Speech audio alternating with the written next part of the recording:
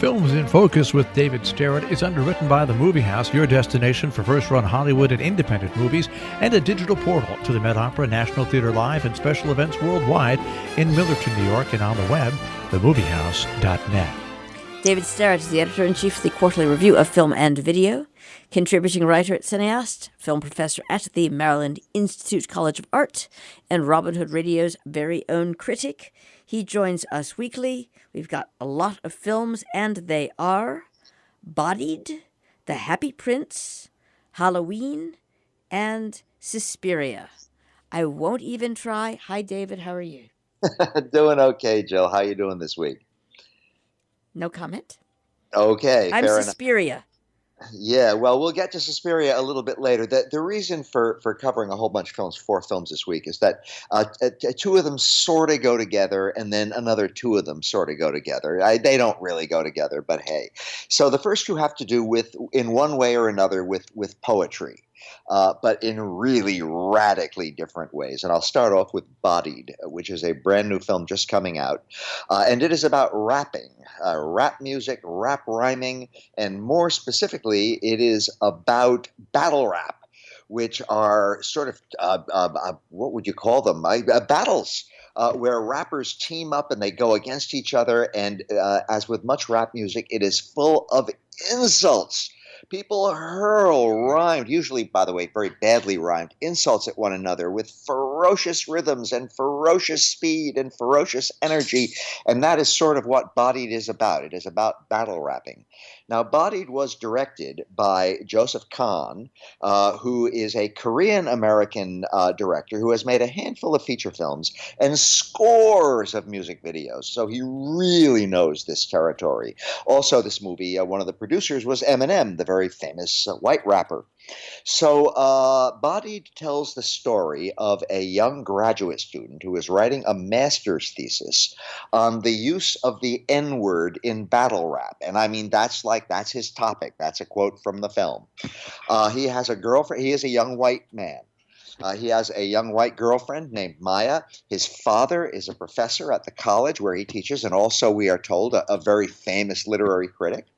And Adam, writing this thesis on battle rap, finds himself getting caught up in the scene. Originally, he just starts to talk to some of the rappers, try to find out some things from them. Most of them are African American, although there's really quite an international cast of characters here.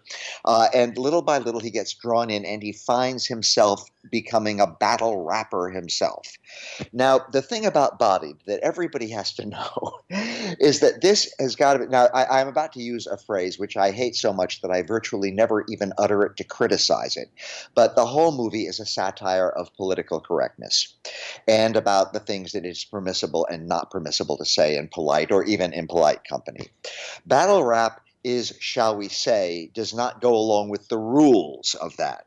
Battle rap is, as I already said, full of insults, and it is full of every conceivable kind of nasty thing that you can say about anything. And what the movie does is it shows how it sort of starts out with racial slurs and ethnic slurs and sexuality slurs and all these kinds of slurs. And then it starts to get personal. And then it gets to be insulting your girlfriend or your wife, or in one case, late in the film, a little girl with a really serious illness who happens to be somebody's daughter.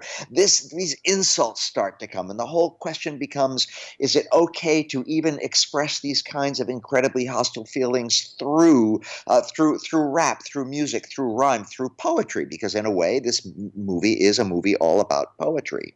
So that is kind of what the movie is about. The other thing that I have to say is that it's a comedy. So all of this horrifying ethnic and sexual and racial and so forth slurring and epithetting and all this stuff is done for laughs. And there are times when the movie gets really savage and it's really not funny. But mostly it's a comedy. It's a tremendously energetic comedy. It's about 2 hours long, which is a bit too long for what it really has to say. I found it just quite an experience, shall we say. Battle rap is not my scene, so it was interesting to find out some things about it that I hadn't already known. There's a whole lot of music in it. There's music by Eminem, of course, and also by famous people like Wu-Tang and Dr. Dre and so forth.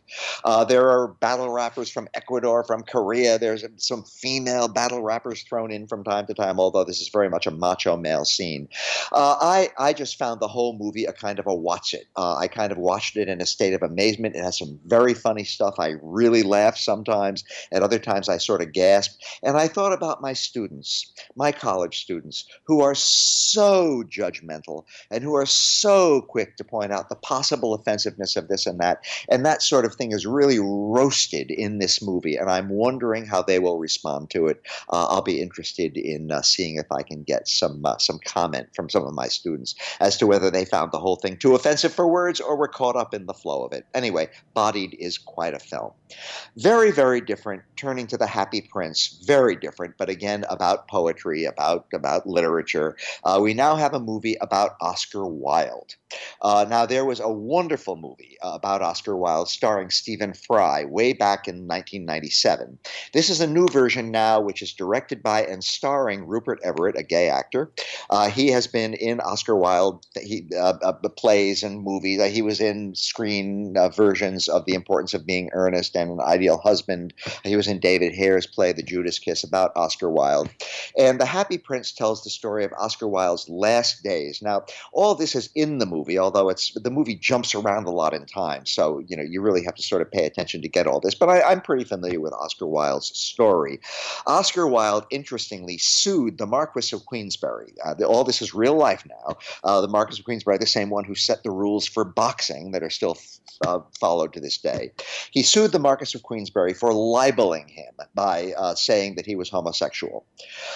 During the trial of the Marquis of Queensberry, which Oscar Wilde had set in motion, evidence came out which led to the libel suit against the Marquis of Queensberry being thrown out of court, and Oscar Wilde was convicted of what was called gross indecency with men and was sent to jail to hard labor for 2 years.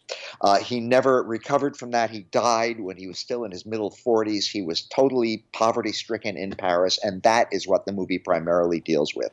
The very, very last days, or last weeks or months of Oscar Wilde in Paris, going to die pretty soon. The characters include his lover, Lord Alfred Douglas, commonly known as Bosie, his literary executor, Robbie Ross, his friend Reggie Turner is played by Colin Firth. A priest who arrives at the end of the film to administer last rites is played by the wonderful Tom Wilkinson. So a wonderful cat. Emily Watson, did I mention her, plays Oscar Wilde's wife, Constance.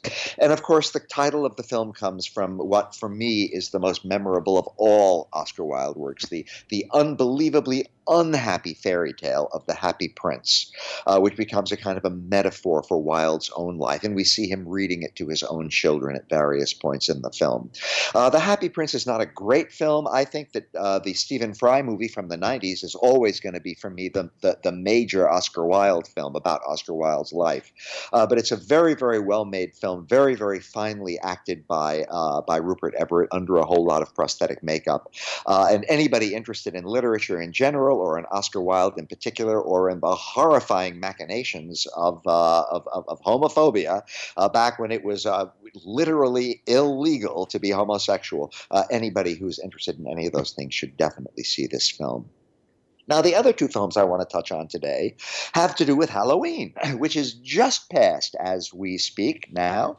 But I thought it would be nice to pair these two movies. And hey, let's keep the Halloween spirit going a little bit. So the first movie I want to talk about is the remake of the original Halloween. Halloween, of course, was a really terrific horror movie. And by the way, I mentioned college students a few moments ago. When I have shown Halloween to my own college students, I find that it holds up really well, the original Halloween, with today's students. I thought it was terrific back in 1978, the original directed by John Carpenter.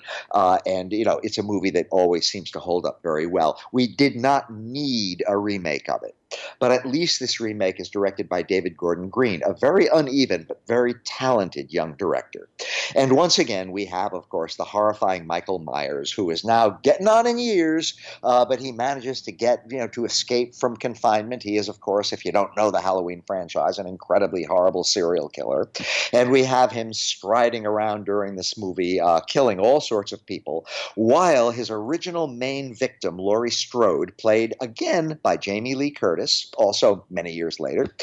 We have her and her daughter, played by Judy Greer, and her granddaughter, played by Andy Matichak, all trying to evade the horrifying killing of Michael Myers and get revenge on him after all these years. So that is what the new Halloween is about. It's basically carrying the story into the present day. And what's interesting about it is these three different generations of women in one family, all with this agenda of getting over and finally putting an end to this not only physical trauma, but psychological trauma, which Michael Myers has wreaked upon them directly or indirectly for all these years. It's a very well-made movie. Again, I don't think we needed this remake, but if you like horror films, you'll like it. Finally, Suspiria. Hey, the title has always been mysterious. At one point near the beginning of this new movie called Suspiria, it appears to be the name of a subway stop in Berlin. So, it's a mysterious title, but a very evocative one. Suspiria was a very, very fine horror movie back in 1977. This is another remake from a movie from the 70s. There was a very, very fine horror movie made by Dario Argento. I watched it again recently. It holds up very, very nicely, starring Jessica Harper as a young dance student who goes to a dancing academy, which turns out to be run by witches. So this remake is made by Luca Guadagnino, and it is way more ambitious than the original Suspiria. For one thing, it's about 2.5 hours long, which is too long, but it holds up, most of that running time very well. Luca Guadagnino is a wonderfully gifted director who has made a few excellent films. I Am Love, A Bigger Splash, most recently Call Me by Your Name, all good movies, and above all, movies that look wonderful, movies that have a tremendous visual elegance and dash. So now he has made a horror movie, and it looks wonderful in the most horrifying sort of way that you can ever imagine. It's also much more ambitious than the original Suspiria.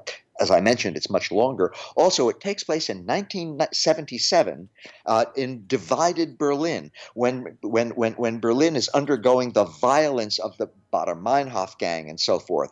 All this political violence is going on. And so it is in this divided Berlin back in the 70s with political violence erupting all over the place on the news, in real life, when we now have our young main character, Susie Bannon, played by Dakota Johnson, who comes to this dancing academy, and as in the original Suspiria, finds out that it is all run by witches. So that's what it's about.